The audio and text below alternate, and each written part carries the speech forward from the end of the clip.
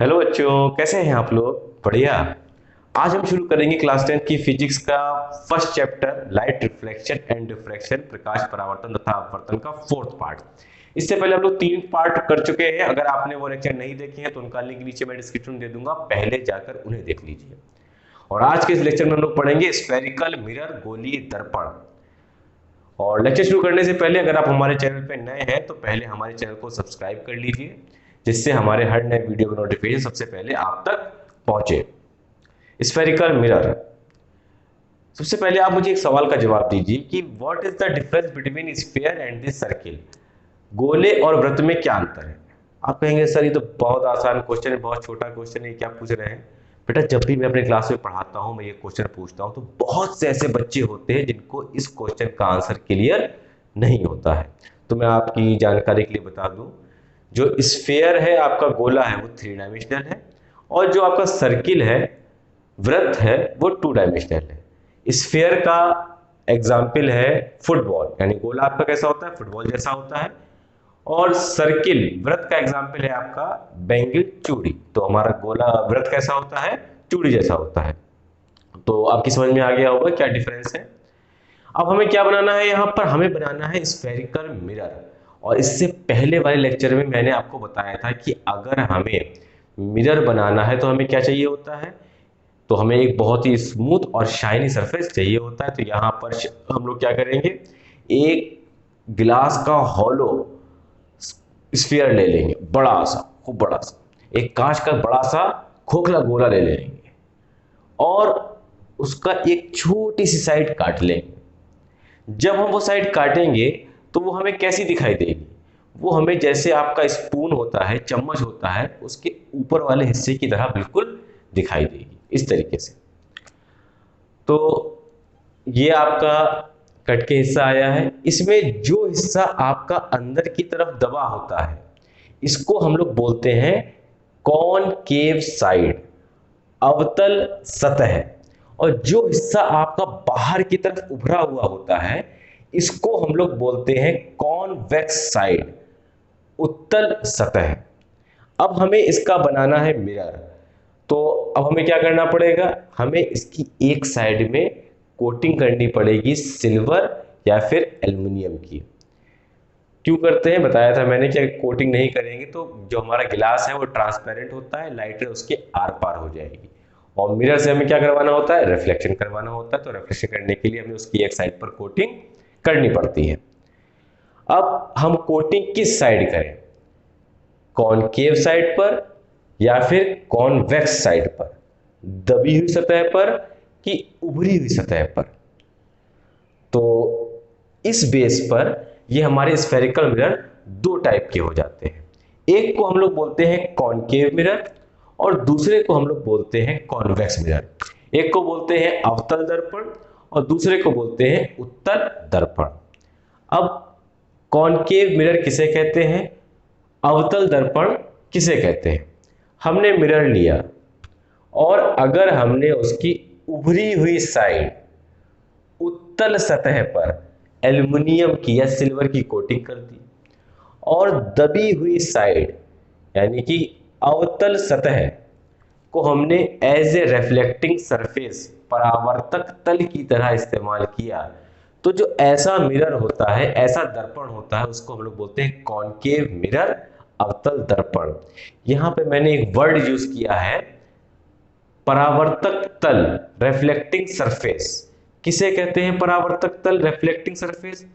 जिस सरफेस से, जिस सतह से लाइट रे टकराए और टकराकर वापस आए, यानी जिस सरफेस से लाइट का रिफ्लेक्शन होता है, परावर्तन होता है, उस सरफेस को, उस सतह को हम लोग क्या बोलते हैं? रिफ्लेक्टिंग सरफेस या फिर परावर्तक तल कहते हैं। तो डेफिनेशन आपकी समझ में आ गई होगी कॉनकेव मिरर की, बहुत आसान है। अगर concave side as a reflecting surface और कॉन्वेक्स साइड पर आपने कोटिंग करी है सिल्वर या एल्यूमिनियम की, तो आपका जो मिरर बनेगा उसको हम लोग बोलेंगे कॉनकेव मिरर। हिंदी में भी एक बार समझ लेते हैं। अगर जो आपकी अवतल सतह है उससे परावर्तन हो रहा है और जो उत्तल सतह है, उभरी सतह है, उस पर अगर आपने सिल्वर या एल्यूमिनियम की कोटिंग करी है तो ये आपका दर्पण अवतल दर्पण कहलाएगा। अब आप मुझे बहुत आसानी से बता सकते हैं कि उत्तल दर्पण किसे कहते हैं, कॉन्वेक्स मिरर किसे कहते हैं। बहुत आसान है, जस्ट इसका अपोजिट हो जाएगा। अगर हमने जो दबी हुई साइड है, जो कॉन्केव साइड है, उस पर हम लोग क्या करेंगे, इस बार उस पर हम लोग कोटिंग कर देंगे सिल्वर या एल्युमिनियम की, और जो उभरा हुआ हिस्सा है, जो कॉन्वेक्स साइड है, उसको हम लोग क्या करेंगे, उसको एज ए रिफ्लेक्टिंग सरफेस, परावर्तक तल की तरह इस्तेमाल करेंगे, और ये वाला मिरर हमारा क्या बन जाएगा, कॉन्वेक्स मिरर बन जाएगा, उत्तल दर्पण बन जाएगा। तो आपकी समझ में आ गया होगा स्फेरिकल मिरर, दोनों टाइप समझ में आ गई, कॉनकेव और कॉन्वेक्स। अब हम लोग पढ़ेंगे image formation by spherical mirrors, यानी गोलीय दर्पणों से प्रतिबिंब का बनना। अब इससे पहले हम लोग जान लेते हैं कि इमेज कैसे बनती है। इमेज बनाने के लिए, प्रतिबिंब बनाने के लिए हमें कौन कौन सी चीजें चाहिए होती हैं। बहुत आसान है, हमें एक तो चाहिए होगा आपका कोई भी रिफ्लेक्टिंग डिवाइस, जैसे आपका मिरर दर्पण, एक तो चाहिए होगा हमें मिरर, और चाहिए होगी दो लाइट रेज, दो प्रकाश की किरणें। और जहां पर ये दोनों प्रकाश की किरणें एक दूसरे को काटेंगी, इंटरसेक्ट करेंगी, वहीं पर हमारी इमेज बन जाएगी। अब अगला सवाल ये है कि हम कैसे पहचानेंगे जो इमेज बन रही है वो रियल है कि वर्चुअल है, वास्तविक है कि आभासी है। इसका बहुत आसान तरीका है। अगर दोनों लाइट रे रिफ्लेक्शन के बाद, परावर्तन के बाद एक दूसरे को रियल में इंटरसेक्ट करती हैं, असलियत में काटती हैं, तो जो इमेज बनेगी वो हमारी कैसी होगी, रियल इमेज होगी। और अगर ये लाइट रे एक दूसरे को रियल में इंटरसेक्ट नहीं कर रही है, बल्कि हमको ऐसा लग रहा है कि ये पीछे कहीं जाकर के एक दूसरे को इंटरसेक्ट करेगी, काट रही हैं, तब जो इमेज बनेगी वो होगी हमारी वर्चुअल इमेज। अब इसको हम देख लेते हैं बोर्ड पे जाकर के कैसे ये इमेज, बच्चों देख लेते हैं कि रियल इमेज कैसे बनती है। ये हमारा ऑब्जेक्ट है और ये हमारा मिरर है, और इस ऑब्जेक्ट की हम लोग इमेज बनाएंगे। इमेज बनाने के लिए हमें क्या चाहिए होती है, दो लाइट रे, और दोनों लाइट रे हम लोग कहाँ से लेंगे, एक ही पॉइंट से लेंगे। जैसे इस ऑब्जेक्ट की हमें इमेज बनानी है, तो इसके इस पॉइंट से हमने एक लाइट रे ये ली, ये आई, मिरर से टकराई, टकराने के बाद ये रिफ्लेक्ट होकर इधर गई। दूसरी लाइट रे हमने ली, दूसरी प्रकाश की किरण ये आई, और ये हमारे दर्पण से टकराई, मिरर से टकराई, और टकराने के बाद वापस ये चली गई। दोनों लाइट रे ने एक दूसरे को कहां पर इंटरसेक्ट किया, कहां पर काटा, इस पॉइंट पर। तो इमेज कहां बनेगी, इसी पॉइंट पर ये हमारी इमेज बन गई है। अब आप ये बताइए, क्या ये दोनों लाइट रे एक दूसरे को असलियत में इंटरसेक्ट कर रही हैं, रियल में कर रही हैं? हाँ, ये दोनों एक दूसरे को असलियत में काट रही हैं। तो ये जो इमेज बनी है, ये कैसी बनी है, ये इमेज रियल है, वास्तविक है।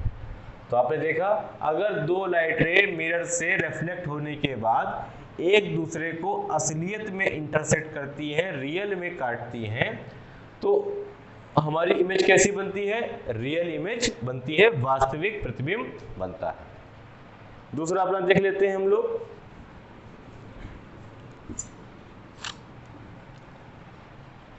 ये हमारा आपकी मिरर है, ये हमारा ऑब्जेक्ट है, और इसकी हमें इमेज बनानी है। तो इमेज बनाने के लिए हमें कितनी लाइट रे चाहिए होती हैं, दो लाइट रे चाहिए होती हैं। एक लाइट रे ये गई, टकराने के बाद ये इधर आ गई, दूसरी लाइट रे ये ऐसे गई, मिरर से रिफ्लेक्ट होके इधर आ गई। अब देखिए, क्या ये दोनों लाइट रे आपस में कभी मिलेंगी, नहीं मिलेंगी। लेकिन अगर कोई आदमी देखेगा मिरर में, तो उसको ऐसा लगेगा कि ये दोनों लाइट रे यहाँ पर आकर के इंटरसेक्ट हो गई हैं, एक दूसरे को इन्होंने काट दिया है। तो इन दोनों लाइट रे ने क्या एक दूसरे को असलियत में काटा है, रियल में काटा है? नहीं। हमें ऐसा लग रहा है कि अगर इनको हम पीछे बढ़ाएंगे तो ये यहाँ पर आके एक दूसरे को इंटरसेक्ट करेंगी, काटेंगी। तो ये जो इमेज बनेगी, ये कैसी बनेगी, हमारी वर्चुअल इमेज, क्योंकि इसमें दोनों लाइट रे एक दूसरे को असलियत में नहीं काट रही हैं, रियल में इंटरसेक्ट नहीं कर रही हैं, बल्कि हमें ऐसा लग रहा है कि अगर इनको हम पीछे बढ़ाएंगे तो यहाँ पर ये एक दूसरे को इंटरसेक्ट कर जाएंगी। अब समझ में आया होगा रियल इमेज कैसे बनती है, वास्तविक प्रतिबिंब कैसे बनता है और आभासी प्रतिबिंब कैसे बनता है, वर्चुअल इमेज कैसे बनती है। तो बच्चों आपने सीख लिया रियल इमेज कैसे बनती है, वर्चुअल इमेज कैसे बनती है, वास्तविक प्रतिबिंब कैसे बनता है और आभासी प्रतिबिंब कैसे बनता है। अब हम पढ़ेंगे image formation by spherical mirrors, गोली दर्पणों से प्रतिबिंब का बनना। लेकिन उससे पहले कुछ टर्म हैं, कुछ डेफिनेशंस हैं जो हम इस्तेमाल करते हैं स्फेरिकल मिरर्स के लिए, गोलीय दर्पणों के लिए। आइए पहले उनको जान लेते हैं। पहला है हमारा पोल, ध्रुव। गोलीय दर्पण स्फेरिकल मिरर का ध्रुव किसे कहते हैं, पोल किसे कहते हैं। अगर हम अपना मिरर लें, दर्पण लें और उसका जो मिड पॉइंट होगा, जो एकदम सेंटर पॉइंट होगा, उसी को हम लोग क्या बोलते हैं, पोल बोलते हैं। दूसरा हमारा क्या है, दूसरा है हमारा सेंटर ऑफ कर्वेचर, वक्रता त्रिज्या। अब आपको याद होगा कि जो हमने स्फेरिकल मिरर बनाया है, गोली दर्पण बनाया है, वो किससे बनाया था, एक कांच के बहुत बड़े गोले से। तो जिस गोले का, जिस स्फीयर का ये दर्पण, ये मिरर पार्ट होता है, उसका जो सेंटर होता है, उस सेंटर को ही, उस केंद्र को ही हम लोग क्या बोलते हैं, सेंटर ऑफ कर्वेचर या फिर वक्रता केंद्र कहते हैं। तो वक्रता केंद्र किसे कहते हैं, जिस गोले से इसको हमने काटा है उसका जो सेंटर होगा उसे ही हम लोग क्या कहेंगे, मिरर का, दर्पण का सेंटर ऑफ कर्वेचर, वक्रता केंद्र। तीसरी चीज हम लोग क्या पढ़ेंगे, रेडियस ऑफ द कर्वेचर, वक्रता त्रिज्या। इसकी डेफिनेशन भी वही है, जिस गोले से हमने दर्पण को काटा है उसकी जो त्रिज्या होती है उसे ही हम लोग वक्रता त्रिज्या कहते हैं। जिस स्फीयर से हमने मिरर को काटा है उसकी जो रेडियस होती है, उस रेडियस को ही रेडियस ऑफ द कर्वेचर कहते हैं। अब जो चौथी चीज हम लोग पढ़ेंगे वो होगी हमारी प्रिंसिपल एक्सिस, मुख्य अक्ष। ये भी बहुत आसान है। पोल और सेंटर ऑफ कर्वेचर को मिलाने वाली लाइन क्या कहलाती है, आपकी कहलाती है प्रिंसिपल एक्सिस, मुख्य अक्ष। यानी ध्रुव और वक्रता केंद्र को मिलाने वाली रेखा मुख्य अक्ष कहलाती है। यानी इन दोनों को मिलाती जो लाइन खींच देंगे वही हमारी मुख्य अक्ष कहलाएगी। और पांचवी चीज जो है वो है हमारा फोकस। फोकस कौन सा होता है, फोकस आपका पोल और सेंटर ऑफ कर्वेचर दोनों का जो मिड पॉइंट है, जो बिल्कुल बीचों बीच में सेंटर पॉइंट, उसको हम लोग बोलते हैं फोकस ऑफ द मिरर, दर्पण का फोकस। बस यही कुछ आपके टर्म थे। होप आपको लेक्चर समझ में आया होगा, और आपको लेक्चर कैसा लगा कमेंट करके जरूर बताइएगा। और अगर आपको अच्छा लगा है तो हमारे वीडियो को लाइक कीजिए और अपने दोस्तों के साथ शेयर कीजिए और चैनल को भी सब्सक्राइब कर लीजिए। Thank you.